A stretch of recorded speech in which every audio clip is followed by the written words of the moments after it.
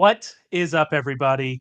My name is Raymond Summerlin. This is the Sharp Angles podcast, the day after the Super Bowl. Recording this on Monday. I'm here with our draft guru, our draft expert, Ryan McCrystal, who put out a mock draft right as the game ended.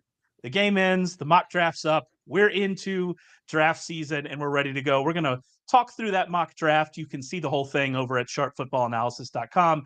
Talk about some of the interesting stuff, the quarterbacks, the wide receivers, and just kind of what this class is here with Ryan. But I think we need to start with the Super Bowl. I mean, just another fantastic Super Bowl. We've been blessed with very good Super Bowls. That was not always the case, but another great Super Bowl night.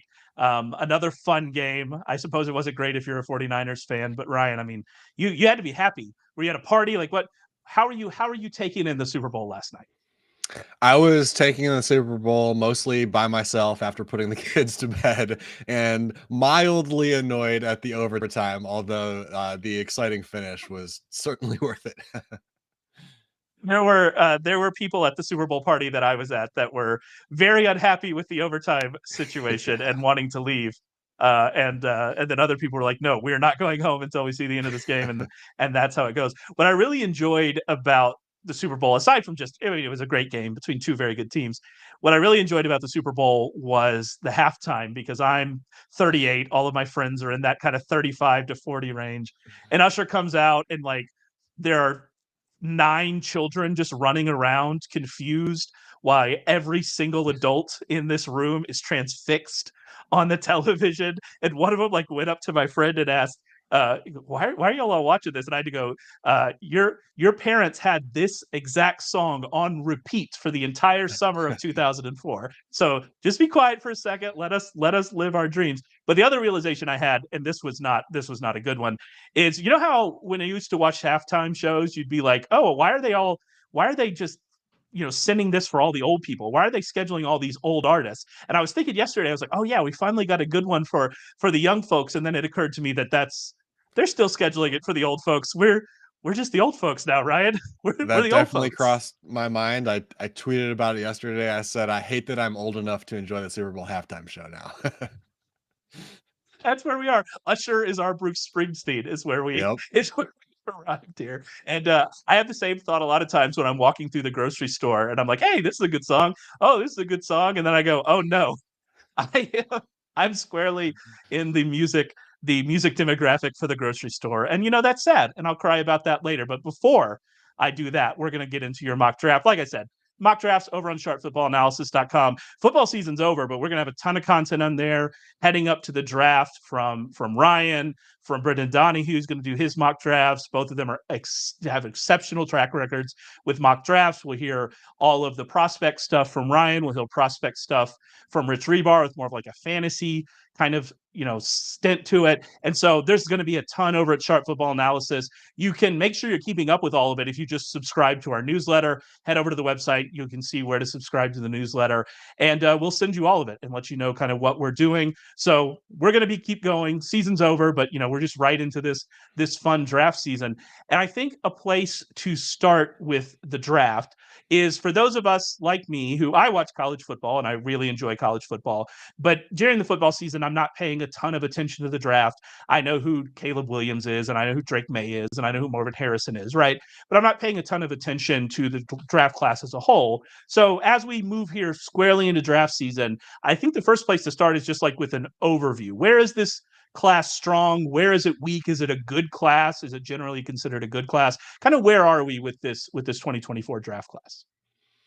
I think it's a pretty standard draft class. There really isn't any one area that stands out as being spectacularly deep or spectacularly weak.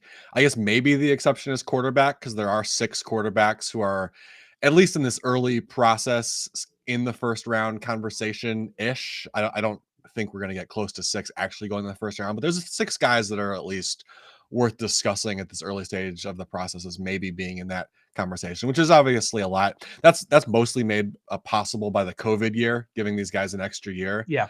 All of these guys, or half That's of these guys, needed the extra year to be eligible for this past season. So that's and all of them took huge steps and would not have been first round picks a year ago. So that is a big But when I factor. looked at it when I started looking into it for this podcast, I was looking at ages, and I was like, there are a lot of 24-year-olds in this class, which there are quarterbacks like Michael Penix is like a few months younger than younger than Trevor Lawrence, right? Like that's the age we're talking about. So Yeah. it's a very old quarterback class. Yeah, absolutely. I mean, like I said, three of them in that conversation, Jaden Daniels, Bo Nix, and Michael Penix, needed the COVID year. That was the only reason they were into college football last year. And Penix also had an injury redshirt year. So he's actually Yeah. from the same recruiting class as Justin Fields. So, like, imagine if Wow. Justin Fields had spent the past 3 years playing college Yeah. football. It definitely is a big factor in this class, and the Fields connection is part of it because he's obviously part of that conversation with the number one pick. Absolutely. Absolutely. And you mentioned that maybe not a standard class, maybe not standout. I've heard a ton, and again, I am more in the fantasy realm, so it's possible that this is the reason, but I've heard a ton about this wide receiver class being very good and having not just depth, as we've seen with like last year's wide receiver class had really good depth, but it didn't have that kind of high end prospect. This one has that depth and has at least three super high end prospects. So when you said kind of there's no real strengths, are you maybe not as high on this wide receiver class, or you think that this is just kind of the norm? This is just what we're going to continue to see from college wide receivers. I guess I would say the very peak of the wide receiver class is a little better than usual. We don't usually have three guys who are legitimately in the top 10 conversation, although that has happened somewhat recently. The guys that are Yeah. at least in that 10 to 12, top 10, top 12 range. And I wouldn't be surprised if some of those guys, although I'm personally am high on all of them, I wouldn't be surprised if as we get a little bit deeper in this class, we start to realize that all three of them aren't actually going to go in the top 10 because the depth that we're seeing year after year with the college game just churning out wide receivers is a factor Yeah. here. So do you need to take Malik Neighbors 8th overall or 9th overall or whatever it is, or can you pass on him and get another very good prospect on day two? That's we're kind of at that stage now where day two wide receivers are at the talent level of guys who were going in the top 15 10 years ago, where teams were reaching for the Yeah. need, and they're coming out of college at such a high rate of fully developed players. I mean, I can remember, I've been covering the draft for just over 20 years now. When I first started, the saying with wide receivers was they need 3 years to develop. Well, that is certainly not the case anymore. If you're drafting someone in the first round, you No. are expecting a day one starter and a pretty high level contributor. I mean, if you're drafting in the Yeah. top 10, you're expecting them to be your number one receiver right out of the gate. And that just Absolutely. wasn't the case 20 years ago or even 10 years ago. So it's just the way the position is evaluated has changed, which is also affecting how it's valued in terms of where you're going to try to take those guys. Yeah, when Rich and I had a little bit of a lovers quarrel over last year's wide receiver class on the podcast a few weeks ago, and it was kind of about that idea. I think is that what are we expecting from these players? Because Rich came from the perspective that last year's draft class was very good, and I think it was certainly good. I mean, Puka Nacua, what the Rams got out of him, where he went drafted, was amazing. Zay Flowers had a very good rookie season. Jaden Reed, especially with his draft capital, had a very good season. There are lots of names in there, rookies that did very well. But when I look at that class from last year, we're not just talking about Quentin Johnston, who, I mean, you and I had conversations last spring about Quentin Johnson busting is not a surprise to me. And so I am not like, Yep. that's not even in my calculus of this. That's just what's going to happen with him. And we'll see kind of where he goes from here. If they maybe have learned who he is as a player and try to use him that way, I don't have, we'll see. We'll see where we go from there. But I'm not even talking about him. I'm worth looking at like the class as a whole. I look at that class and I don't see Garrett Wilson and I don't see Jamar Chase and I Yeah. don't see Justin Jefferson. And so when I'm looking at classes, I really like those are the difference makers. That's what I'm looking at. And Zay Flowers is very good. And I hope that Zay Flowers has an excellent career. But at his peak, is he Brandon Cooks? And is that kind of like what we're talking about? And so when I look at this class and I'm starting to read about this class, it seems like these three guys at the top, and maybe beyond that, like maybe, I'll get your thoughts a little bit later when we get into wide receivers. But beyond those three, those are the kind of like difference making receivers that are in more of that Jamar Chase and maybe not quite to that level, but Garrett Wilson in that range. Am I right kind of on that read? Yeah, I think those top three names, Harrison, Malik Neighbors, Roma Dunze, they're legitimate potential number one overall, like number one receivers, top 10 fantasy type of guys. They could put up those types of seasons within the next 2 years, even like almost right out of the gate. They're Yeah, capable of that, depending on the supporting cast and who their quarterback yeah, is. At obviously. first, obviously, that's all a factor, but it's reasonable to have those types. I don't know that I would say expectations, but Sure. they're realistic hopes for those players to have superstar status within 2 years. And then there's good depth behind those guys like, Brian Thomas Jr., Adonai Mitchell. Like those are guys who have number one overall wide receiver ceilings, I would say, even if they're not quite there. And those are guys that you're going to get maybe the very back of round one or even into the early part of round two. So that's sort of what I was saying as far as like how we've evaluated how the position is valued has shifted a little bit. Like 10 years ago, Adonai Mitchell's a first round pick, absolute stone cold Yeah. lock. And I don't have him in my first round mock draft right now, just because the depth of the position year after year, the need, because of the depth, the teams don't have like the glaring needs as much. Like it just, everything has changed about how this position is approached in the draft. And that what kicked off that conversation with Rich was that idea is that teams are playing multiple receivers now. If you have your stone cold lock number one wide receiver, that player is on the field all the time, and that player is getting 25 to 30% of the targets, and that's the way it should be. That's who those players are. They are difference makers. But behind them, I mean, we saw it with the Packers, right? Packers have a Mhm. lot of good young receivers, and even if you're talking about Jaden Reed as a hit, he was still a part-time player, and they were playing Dontavian Wicks, and they were playing for a part of the year they were playing Torre, and they were playing Romeo Dubs, and like there are all these names in here. Bo Melton, that's the name I couldn't get to. Bo Melton, our late season king, Bo Melton. And so so it's interesting the way that has changed. Just kind of an overview here of your mock. And like I said at the top, you can go over to sharpfootballanalysis.com. Right at the top of the page, you can find his mock and kind of go through it. We're not going to go through pick by pick, but you can go and look at it. But I did want to go over here in the first round. The first round, 4 quarterbacks, 5 wide receivers, plus Brock Bowers. I don't really know what we're going to do with Brock Bowers. Is he a tight end? Like, what are we? That's going to be an interest. That could be a fun conversation this year. We had 8 offensive tackles plus Jackson Powers Johnson, which I don't know anything about him. It's not my thing, but he's more like a center. Is that kind of what he is? Played center, has experience at guard. Yeah, an interior lineman, we'll call him. Interior lineman. So that's 9 offensive linemen, 4 edge rushers, and then 7 cornerbacks. And like you look at that list and you go, hey, those are the positions that get paid. And so that makes sense. So is Yep. that kind of grouping, is that a reflection of especially the 9 offensive linemen, the 7 cornerbacks?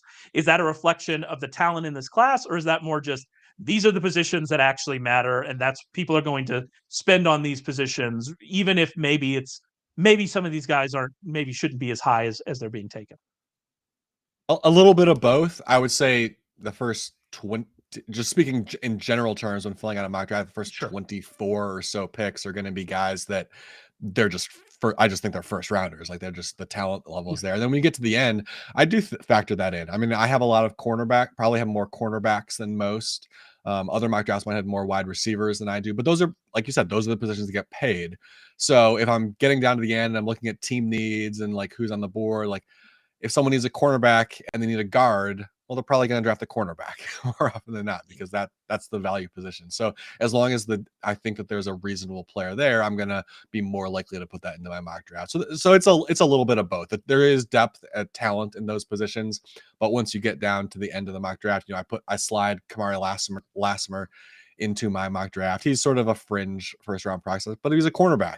And I think that those guys tend to get bumped up. So, I could see there being a run on cornerbacks, or maybe even a one. I didn't have a run on receivers, but that could also happen as well, just because those are the valued positions in this era. He's a Georgia cornerback, so Yep. 22 Eagles. Lock him in, lock him I into the consider Eagles. that. I did consider that.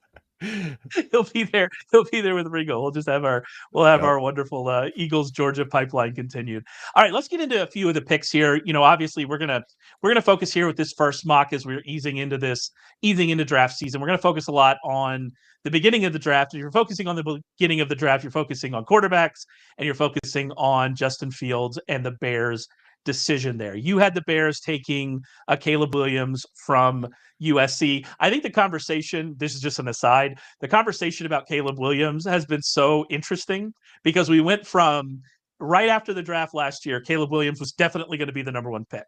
And then we spent a lot of the football season as USC struggled and Caleb Williams maybe didn't hit the highs that some had expected. We're like, is there going to be another one? Are we going to have Drake May jump there? Are we going to have Jaden Daniels jump? And now we're back into squarely into draft season. And it feels to me like Caleb Williams is, again, just the consensus. Whoever's drafting at number one is going to be taking Caleb Williams. Am I reading that right? Is that kind of where we are before we, get to the combine here? I think so. I think maybe if a different team had the number one pick, there might be more of a debate. But the way that I look at this, I mean, we just mentioned it off the top. Justin Fields is so young still. Same, like I said, same age as same recruiting class as Michael Penix, who's going to be in the first round conversation this year. And he's shown steady growth. Like he didn't come in and light it up right away, but I didn't, I liked him, but I didn't expect him to come in and light it up right away. Like there were some obvious flaws in his game in terms of handling pressure and making decisions in the pocket at Ohio State. So the fact that he's needed some years to grow shouldn't surprise people. It shouldn't surprise the Bears. And so I think ultimately, whatever the Bears do, I'm okay with. If they decide to stick with Justin Fields, I don't think they will, but if they decide to, I'd be like, okay, they've got a lot of information on him now. He's really talented. He's making growth. That's reasonable, especially when you consider how much they can get for trading that pick. That would obviously be part of the conversation. So I think when you have that, you have a developing young quarterback that you could reasonably invest in for the next 5 years. That would be a reasonable decision. The only reason to move on for that is if you're going to swing for the fences with someone with an even higher ceiling. And that's only Caleb Williams. Like Jaden Daniels, you could argue there's a lot of similarities between the two of them. Drake May, I think, is a tier below that, just speaking in terms of ceiling. But Caleb Williams has the Patrick Mahomes ceiling. He's the only quarterback in this class that truly has that, at least in terms of like a realistic, maybe if Jaden Daniels hits like his absolute 100% ceiling as Patrick Mahomes like. But Caleb Williams, he's the most realistic path to being that type of player. So if you're going to move on from Justin Fields, I feel like that's the only reason to do it, is if you're going to try to hit that grand slam. And that's only Caleb Williams. So I think that they probably go that direction just because he gives you that the potential is out there for you to build a dynasty like the Chiefs now have. But so what I'm hearing there maybe is if they do decide to trade down, and I'll just very quickly about that decision. I think I've mentioned it before. That decision for me for the Bears is pretty straightforward. We don't know how much Fields will develop.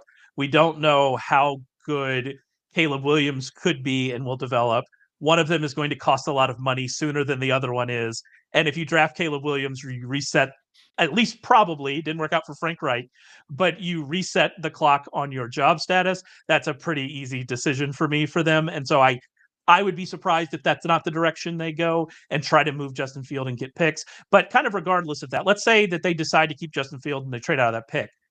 If the Falcons, let's say the Falcons are trading up in order to get into this conversation, do you think there's a chance that anybody really, not just the Falcons, there's just a name that came to my head, any team, if they're trading up, are they definitely trying to swing for the fences as well? Or do you think that there's a chance that if we come out of testing and Jaden Daniels just really surprises people, or Drake May really surprises people, that there could be another person here at number one? Or do you think that ceiling, that Caleb Williams ceiling, is ultimately going to win out, whether it's the Bears or somebody spending a lot to get up to that number one spot?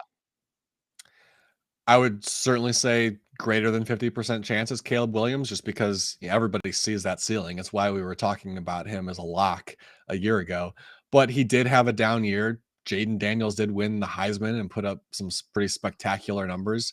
It could be them. I mean, Drake May, I mean, he's coming off a pretty terrible year as well, even worse than Caleb Williams. So it's probably not him, but he is very young still, a true, or I guess he was a redshirt sophomore. I think he was 3 years.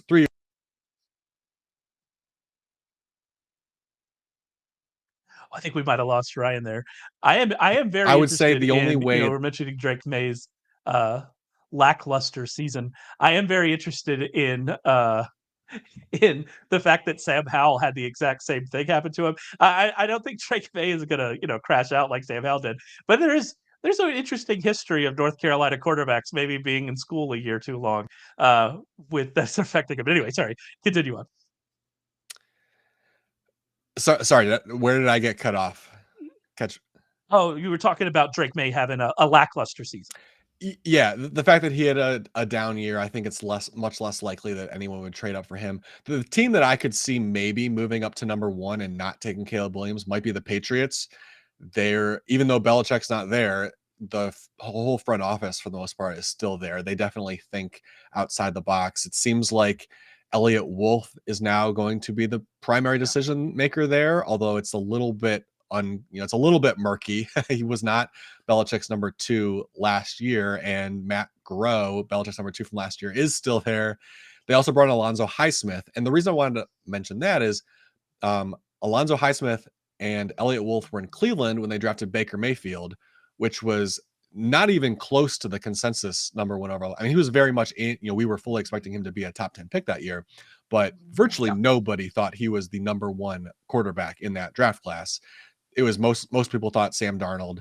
There were some people in the Josh Williams camp that you should swing for the fences with him. Nobody really was saying that Baker Mayfield, but two of the decision makers who played a big role in that decision are now in New England. So they've always been a little bit of a wild card organization when it comes to the draft. And even without Belichick, they still could be with this quarterback decision.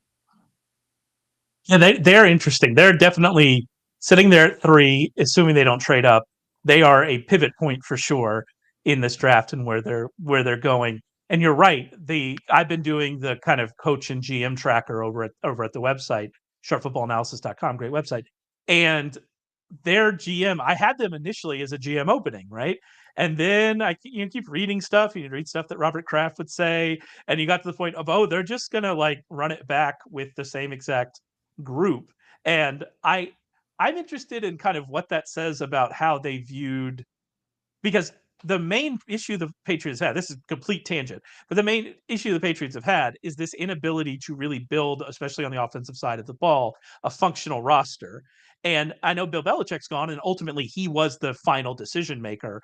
But if you're keeping the same people, are you saying that Bill Belichick was the problem in their ability to evaluate wide receivers properly, in their ability to build an offense to not take to not take guards 100 spots above where people expected them to be taken? Is that what you're saying? And that's kind of it's an interesting situation for sure in New England, one that I don't fully understand, especially since I think Robert Kraft said, I believe this is a correct quote, that they might look into it after the draft. And I'm like, well, this is a pretty important draft for them. And so it's a really interesting situation in New England. And like I said, there'll be a pivot point there at 3. Before we get to them though, I do want to talk about the Commanders here at number 2.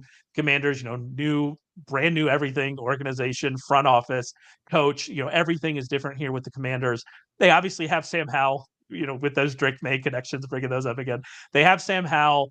The wheels fell off at the end of last season. I think that that experiment has been run, and we know what the results of it are.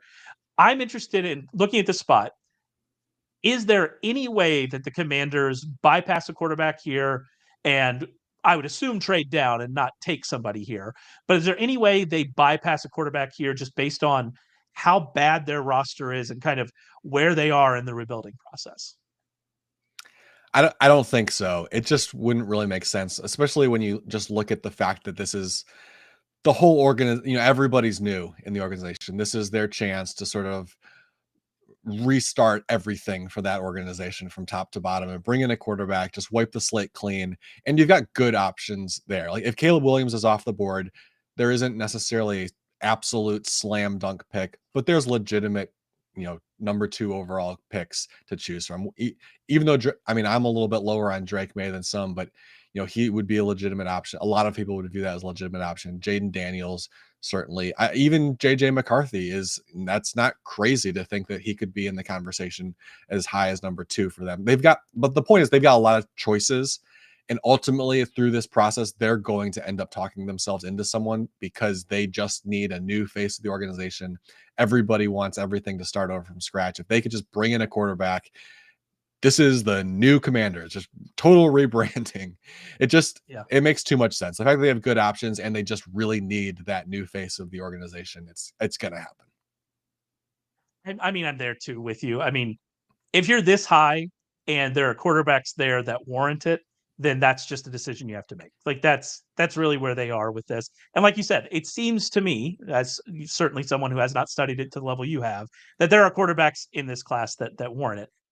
Interestingly, the quarterback you gave them in this mock, and we have to talk about this, is Jaden Daniels, who I think that would not be the I don't want to say consensus, but that would certainly not be the most likely thing we'll see in mocks. I believe most people are going to have Drake May in this spot at number 2 to the Commanders.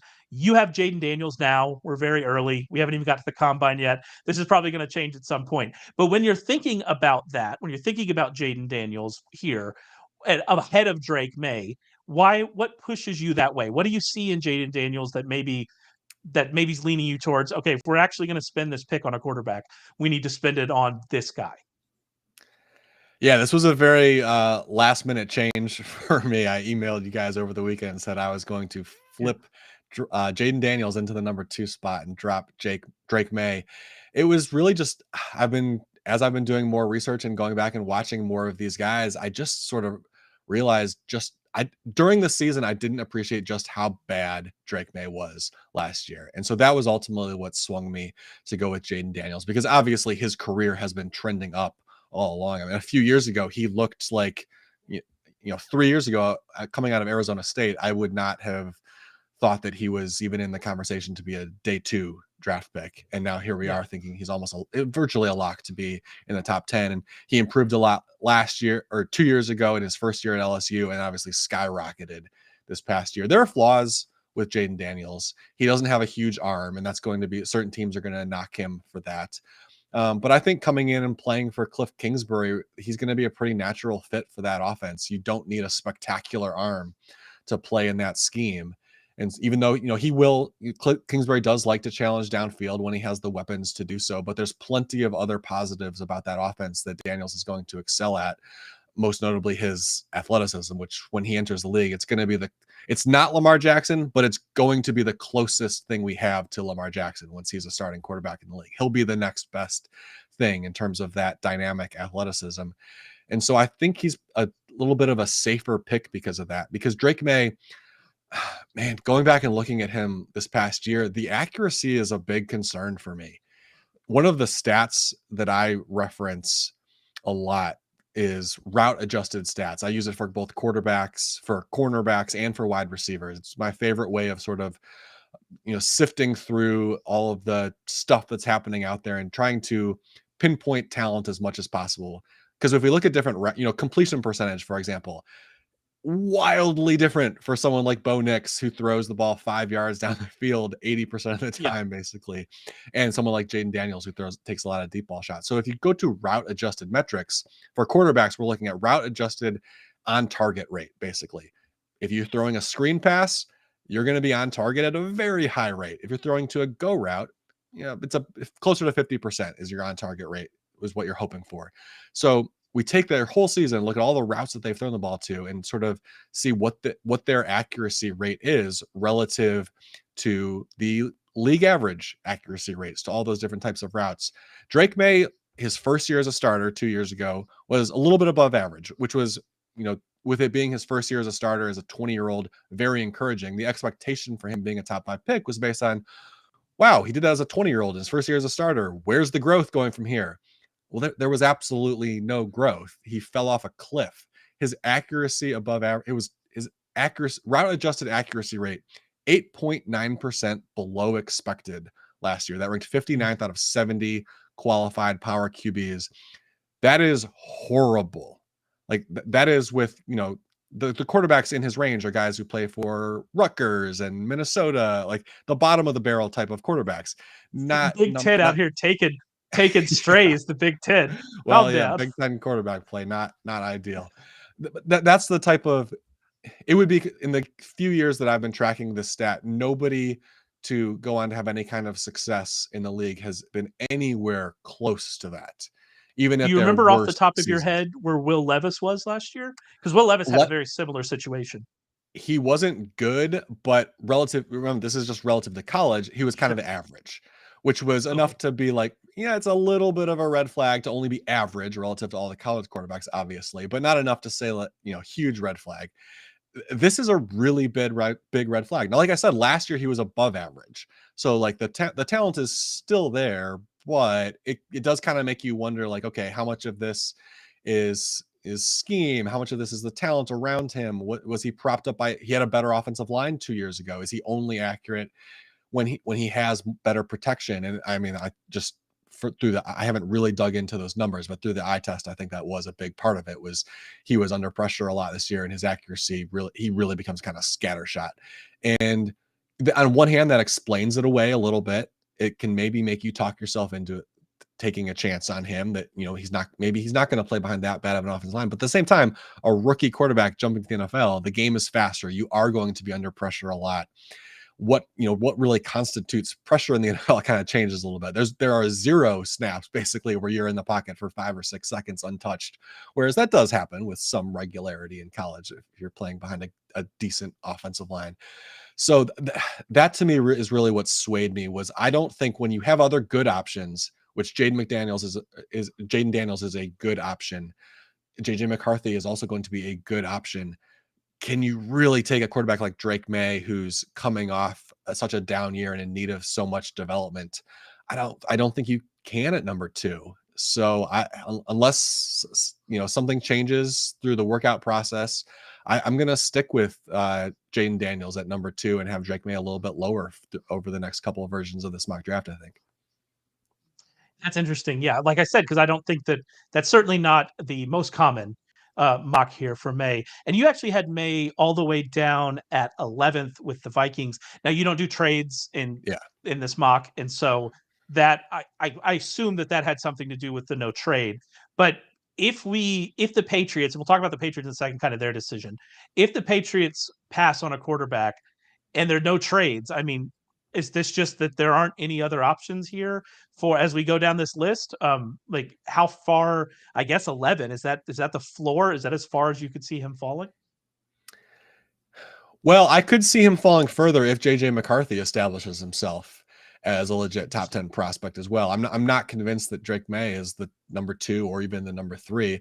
I Wow. kind of lean. I mean, I put him as the 3rd quarterback off the board, so I am leaning that direction over McCarthy. But I do have McCarthy in the 1st round still. I had him going a little bit later to the Bucks, and if that order were flip flop, that would not shock me. A lot of this has to be sorted out though through the process. Like we're obviously going to learn a lot more at the combine, that once teams get a chance to talk to these guys, their personalities matter a lot. How they do, up at the whiteboard talking through plays, that matters a lot. All of the face-to-face time that they get, that plays a big role in these years where we have a lot of quarterbacks who are in the conversation. Even though we can pretty much enter the year with, we can say pretty solidly that there's a top 3. JJ McCarthy is probably 4, and then Nix and Penix are 5 and 6. Like that's pretty clear cut right now. But all this one-on-one time that they're going to get with teams over the next couple of weeks, it's definitely going to shake that up. It's hard to predict how it's going to happen, but it will shake it up. It's not going to stick with that order, I don't think. So we'll definitely learn more. But yeah, I mean, as far as the order in this particular mock draft, that's sort of how I see it breaking down. And then as far as matching them with teams, I don't predict trades. We'll almost certainly have 3 quarterbacks go in the top 10. Someone will trade if they do end up sliding. The Patriots, if they decide not to take one, maybe it's a trade there, or any of the other teams. And it could just be another team. The Falcons are a team that I had passing on a quarterback, but they could also certainly take one. So there's a lot of ways for a 3rd quarterback to ultimately get there. But as of right now, I just hate messing around with the trades. It throws so much off. It's hard enough to get an accurate mock draft this early in the process. You throw trades in there, it's just chaos. Yeah, no, it becomes wild. As someone has to go through and kind of copy and paste some of those mock drafts when trades are made, I am very happy with the no trade approach Yeah. this early in the process.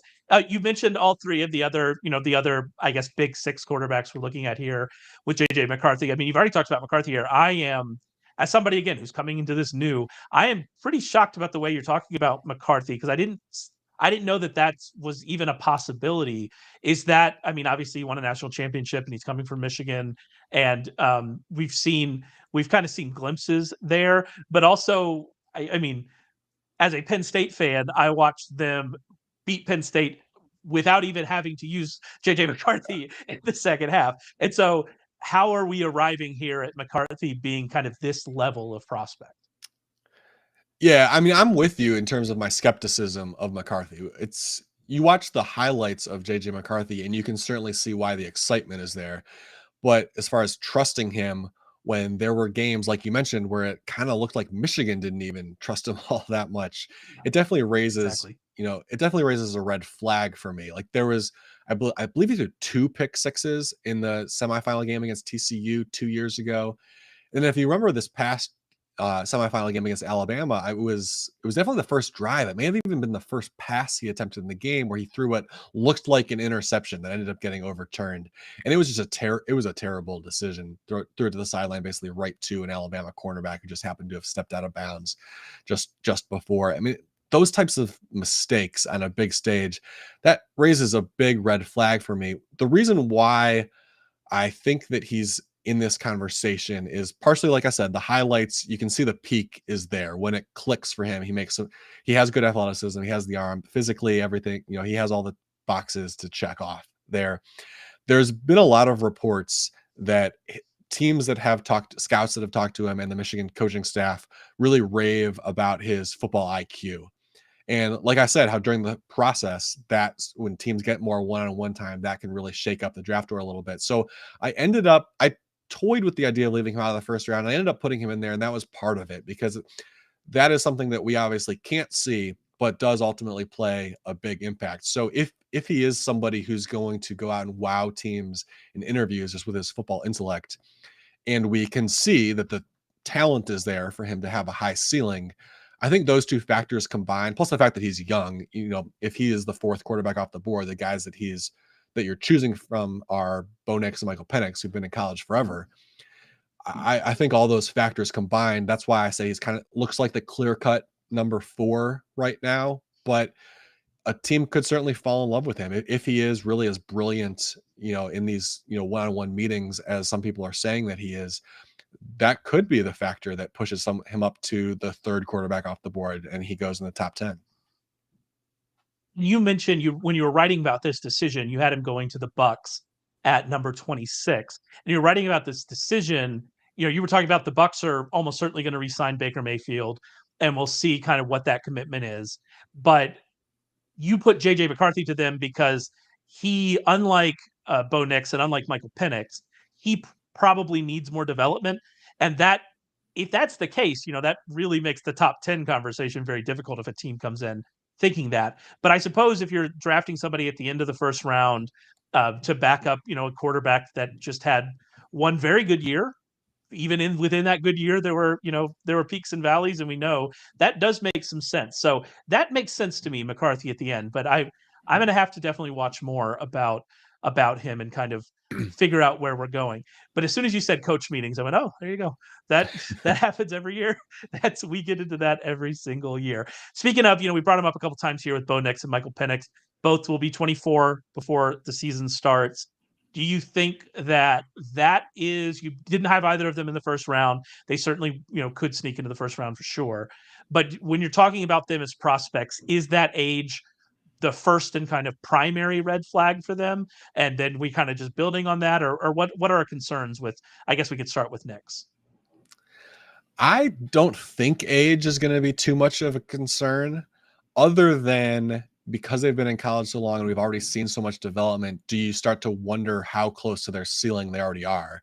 Whereas with someone like McCarthy, with him being so young and not having a ton of experience, it's much easier to imagine a huge ceiling.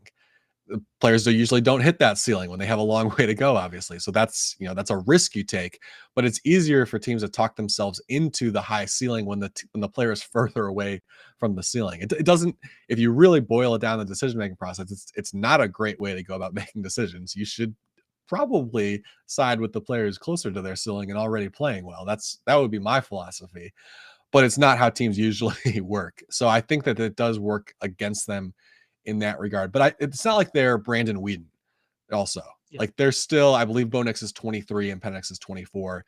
They have a very long NFL career ahead of them still if they pan out. So I don't think it's going to be a huge issue with Nix. Man, he is a fascinating prospect because when he started as a true freshman at Auburn, I think he has 60. I can't remember. I guess I didn't It write it was down. I think it's 60 it was starts or something like that. it's been 84 years. It's that mean. Like you when Yeah. you think of Bo Nix at Auburn, like I feel like I was watching it on standard definition television, like in high school. That's how long it feels like Bo Nix has been in our lives as a college quarterback. Yeah, I mean, his first game, I believe, was against Oregon with Justin Herbert at quarterback. He's been around a long time. And when he came out, when he started, he played like this is not, I'm not making this comparison as a prospect, but the style of play was like young Brett Favre, like just running around with his hair on fire. He's got a good arm, taking shots downfield with reckless abandon, Yeah. and just playing just out of his mind and making huge mistakes that was costing Auburn football games, mixing in some really nice highlights as well, but a lot of mistakes that frustrated Auburn fans, which is why he ended up at Oregon ultimately. Then at Oregon, it was kind of a gradual process over the past 2 years, but they turned him into a game manager. Like he was dinking and dunking his way down the field. He threw he His average depth of target was among the lowest in the country. His rate of throwing 10 or more yards downfield is one of like the bottom 5 in the entire country. Now, when he throws downfield, like I said, he does have a good arm. He was playing like crazy Brett Favre early in his career. Like he's a good athlete. He's got a big arm. They completely coached that out of him and he became a game manager. So I'm skeptical of him because if the best version of him in college was being a game manager, that's a red flag to me because we see crazy players taking huge risks and playing at a high level in college all the time because the best guys can get away with it. The number 1 overall pick, Caleb Williams, it bit him a few times more often this year, but last year Yeah. USC was very good and he was playing that way, making huge mistakes all the time. But the best players can just get away with that in college, and Bo Nix could never get away with it. He only became a Heisman Trophy type of candidate once he completely cut that out of his game. So that's the red flag. But at the same time, like especially if he were to fall to the second round, like let's say the Falcons pass over or the Patriots pass over a quarterback in the first round, they want to take a much lower risk on someone in the second round. Take Bo Nix and plug him in and start him right away. And you can, I trust him. Like he will be a perfectly fine starting quarterback from day one, as long as you've got a semi. Maybe the Patriots aren't a good example because you need a few weapons around him, I think. But put him in Atlanta with a good run game and some decent weapons, he will be perfectly fine as a starter. I have no doubt about that. It's just the issue with him is the ceiling. Is there any more ceiling left? Well, I mean, Colt McCoy had a nice long career, and it sounds to me like the Mhm. game manager version of Bo Nix you're describing is Colt McCoy, and he was around for a That's long time. crazy that you brought that up because I mentioned that during the season that was a really good he's Colt McCoy with a stronger arm, which Colt Yeah, McCoy was a very good backup for a long time with no yeah. arm at all, basically. That type of quarterback with a stronger arm, that's probably a serviceable starter. So I think that can definitely be Bo Nix's career. Look at that. Look at that. I'm nailing comps without even really watching them. What a time to be alive.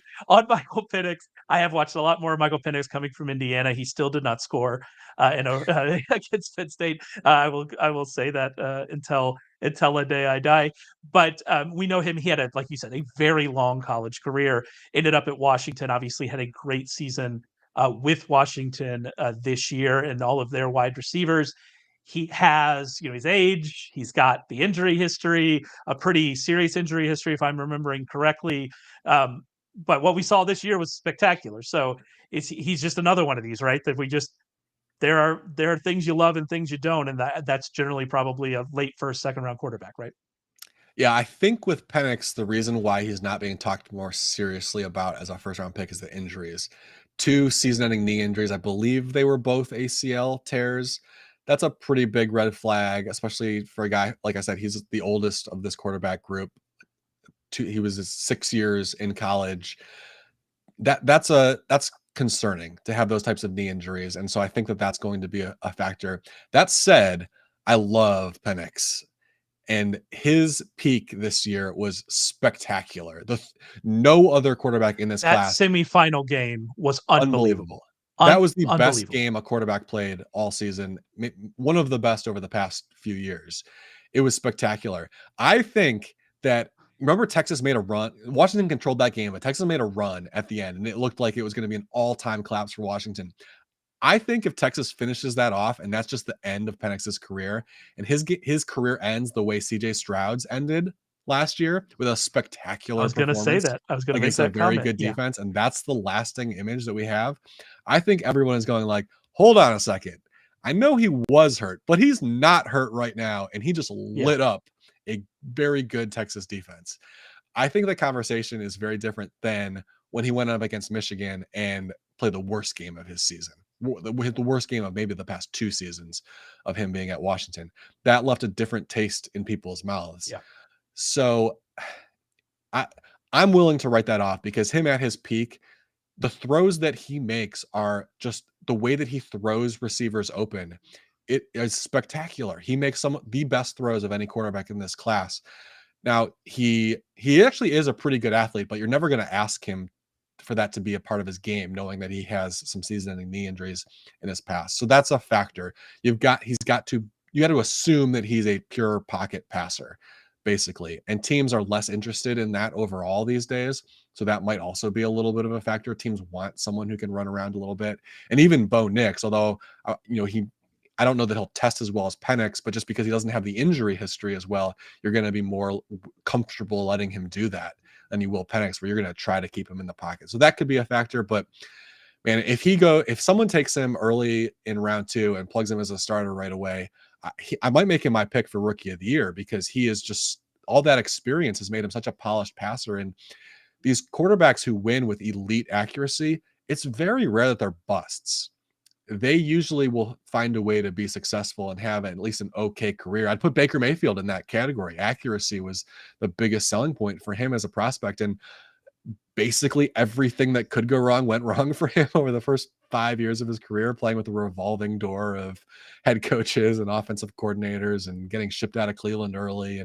And yet look what happened to him this past year. Like he still found a way to have success. So these quarterbacks who win with accuracy, they just don't fail at a very high rate. So I still think Penix is going, even if he's the 6th quarterback off the board, I'm going to have a relatively high expectation for his career.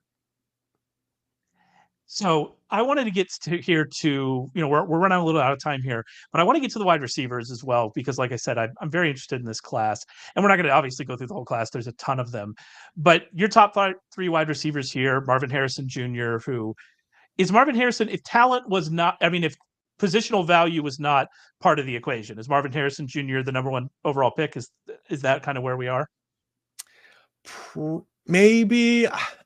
I don't think the gap between Harrison and these other 2 receivers is that big. I think if he had a name other than Marvin Harrison, there would be more of a conversation about who the number 1 receiver is. And that's not a knock against Marvin Harrison Jr. It's just a reflection of how high I am on Rome Odunze and Malik Nabers as well. I think they're all legitimate. You should expect to plug them in as your number 1 and number 2 wide receiver and get elite production out of them for rookies. So that's interesting. Yeah, that's interesting, because you have Marvin Harrison Jr. here at number 3 to the Patriots, Malik Nabers at 4 to the Cardinals, and Rome Odunze to the Giants at number 6. So all 3 of them in the top 6. Very clearly, you're saying with that these are elite prospects. These are Jamar Chase, Garrett Wilson, Justin Jefferson. Like that's who these guys are. And that level of talent's in flux, especially some of the teams you have them going to, with the Cardinals, who desperately use that kind of wide receiver, the Giants, and the Patriots. We know about the Patriots and what they need. That could be a really kind of transformative. If these 3 guys come in and these 3 guys are that level, that's kind of transformative a little bit for the league, based on how important these alpha wide receivers are. Yeah, absolutely. I think it's important to mention too that they're pretty different receivers too. And so that's going to shape how teams decide they come off the board. Now with the Patriots, I think it's a pretty easy decision to plug Marvin Harrison Jr. into if they were to go wide receiver. They need they don't have a wide receiver basically right now. So like they're not picking and choosing the right type of guy. They just want the best one to come in and the best safest pick, and that's probably Marvin Harrison Jr. He wins with his routes, really, is what he does. And those guys, they just don't butt. He doesn't even have spectacular hands, although he makes some great catches. He makes some mistakes too, but these guys that win with their routes, they're pretty safe. I would say like I mean, really, he's a bigger version of his dad as far as someone who just wins with routes, and he's just always open. But to use a more modern Can we comparison helmet for scout a little bit with Michael Thomas? Are we helmet scouting a little bit with Michael Thomas? Can we do that? that's not a bad one either. I would say Thomas, probably had even better hands in his prime than Interesting. Harrison. The more modern comparison I wanted to make was Amari Cooper, as far as the guy that if Interesting. if you just watch him, the size doesn't stand out, like the speed isn't spectacular. You kind of wonder why he's always open, but his routes are just, even at this point in his career, maybe he may be the best route runner in the league still. And I think Marvin Harrison Jr. could be that type of player, which, given his size, his pedigree, like that makes him a really safe pick. So that's why I'm going to stick with him at number one. And I think a team like the Patriots would too. But then you have Malik Neighbors, who's smaller. He stretches the field with his speed, and he's a great after the catch guy. You want to use the speed to stretch the field, but you also want to use the speed on the shorter routes and let him just get into the open field and run. I would say he's like a better version of Jordan Addison, or he's what everybody hopes Jordan Wow. Addison becomes. Yeah. He's Yeah. kind of already the more polished version of that. And then Rome Odunze, who is, to me, I feel like a slightly smaller version of Mike Evans, as far as a guy who plays big, and that's primarily how he wins. His best plays are like when he's going up in traffic and just making a catch that he kind of has no business making, because he just always puts himself into position for it. But like Mike Evans, is surprisingly fast and can stretch the field with pure speed, and is surprisingly dangerous after the catch as well. Or at least Mike Evans in his prime was surprisingly dangerous after the catch for such a big receiver. So we have a nice range. We have three guys who are legitimate top 10 picks who kind of all do it in slightly different ways, which I think is really exciting. You also had Brian Thomas Jr. from LSU, also from LSU, at 14 to the Saints, and then finishing up here with Devontae Walker, wide receiver from North Carolina, to the Chiefs. And he was the one, I'm trying to remember correctly, he was the one that missed kind of the beginning of the season because some NCAA nonsense, right? Yeah, I think he missed the first 4 games, so he still got in there for the good chunk of UNC's schedule, and he put up plenty of production. He's the transfer from Kent State, where he was, unstoppable in the MAC 2 years ago, and then this year that it just seamlessly translated to playing in the ACC. I think he's maybe a little bit like a less polished version of Chris Olave. Olave's another one who wins with just spectacular routes, and Walker can do that a bit as well. But as far as like the overall athleticism, it's more pure speed than like dangerous after the catch type stuff. So he's not necessarily like the fully well-rounded prospect, but I could still see him, being a great. I have him going to the Chiefs. I think he could be a great fit in that offense. Somebody who can just stretch the field for Patrick Mahomes. That's certainly not a bad idea to add that to the mix. Yeah, what if we had a good version of Marquez Valdez-Scantling? That would be Yeah. be wild. Him with Rice, yeah, that the way you describe him there, that would be good. I am interested to hear two LSU receivers in the top 14 here, and then obviously Jaden Daniels as well.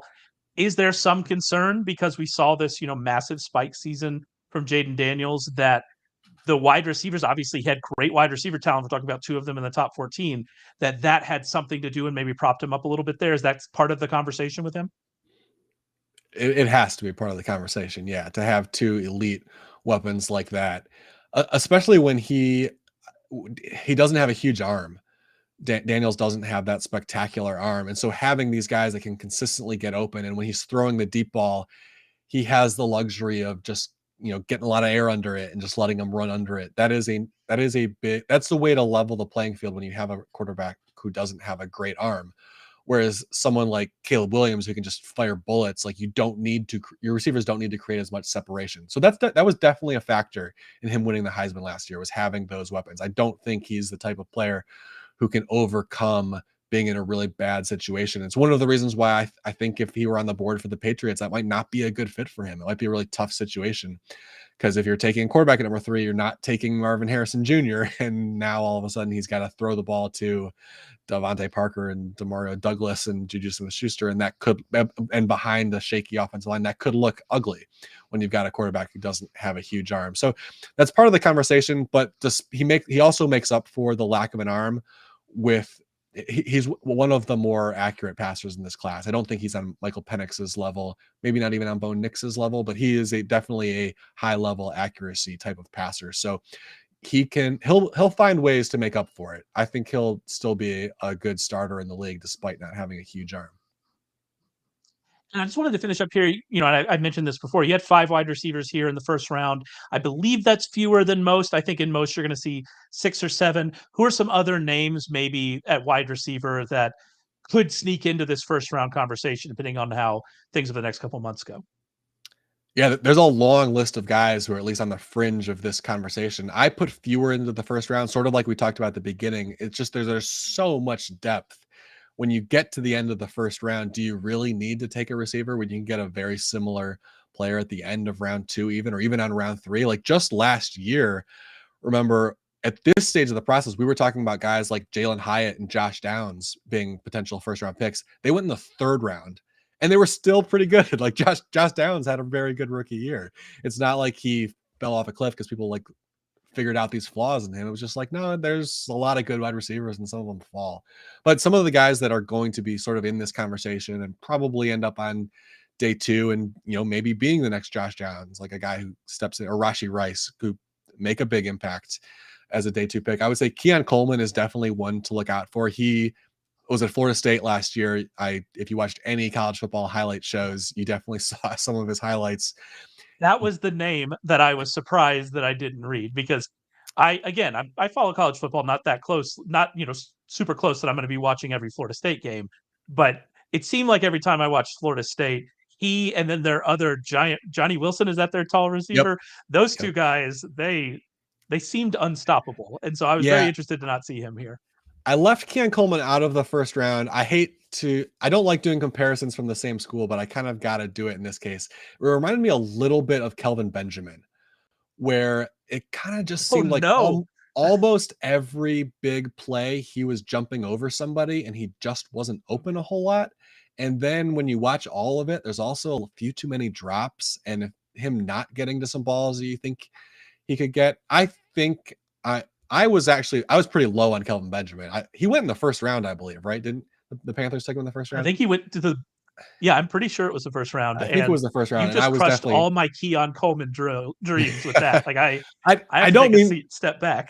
I don't mean to do that. That because of how Benjamin's career ended up panning out, that sounds harsher than I intended to. Because there was definitely some off-field stuff that work ethic issues that cratered. Kelvin Benjamin had like a pretty good rookie season, first two seasons, if I remember correctly. Yeah, there's a version of Kelvin Benjamin where he sticks in the league as a serviceable third weapon for a lot longer than he did if he just had the work ethic to do it, basically. And so Keon Coleman can absolutely do the same, and maybe even go a little bit beyond that and be a decent number 2, a decent red zone weapon, because he does have those abilities to win those jump balls. So he's another one who's in that mix.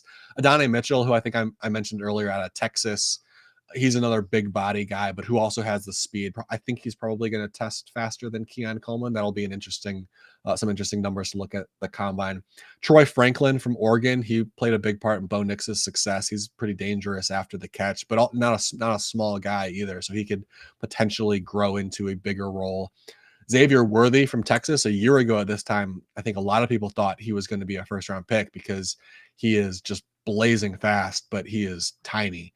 And I don't think anyone's going to take a chance on him in the first round just because of his size. We'll see what he actually measures at the combine, but he is 5'10", might be generous. I think he might be like 5'9", 160, something like that. So he's an outlier, but the speed is special. Someone's going to probably take him on day 2, plug him into a third option type of role. If he ends up with a good team, let's say the Chiefs take him on day 2 or something like that. Like, he's immediately going to be a fantasy darling. I guarantee that, because he is just a big play waiting to happen. So there's a lot of these guys. There's 4 or 5 others I could mention that are sort of on the fringe of first round conversation, depending on how they test next month.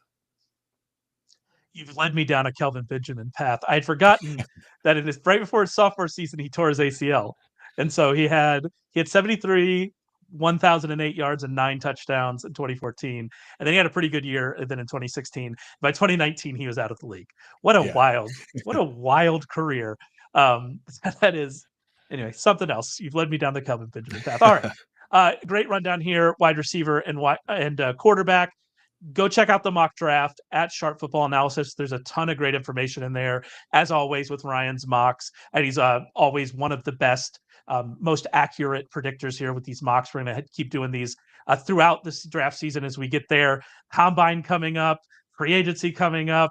It doesn't stop. It doesn't stop, Ryan. There's no off season here in the NFL, and we'll be here at Sharp Football Analysis and with this podcast the whole way through. So make sure you subscribe, go over to YouTube, subscribe to our YouTube channel, subscribe to our newsletter, and keep track of all our information as we get through the off season. And we'll be back to talk with you real soon.